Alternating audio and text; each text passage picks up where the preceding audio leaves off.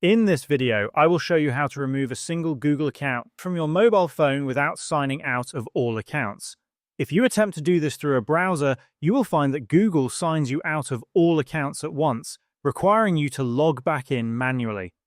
To avoid this hassle and remove only one specific account, you need to do it from your phone's settings. First, open the Settings app and search for the Accounts section. Once you access this section, you will see a list of all the accounts linked to your phone, including Google, social media, and other services. Scroll down until you find the specific Google account you want to remove and tap on it. You will then see an option to remove the account. Tapping on this option will prompt a confirmation message asking if you are sure about removing the account. Once you confirm, the account will be removed from your phone. This method does not delete the Google account itself. It simply removes it from the device. If you ever need to access that account again, you can log in at any time. Once removed, the account will no longer be accessible in apps such as Gmail, YouTube, and Google Drive on your phone.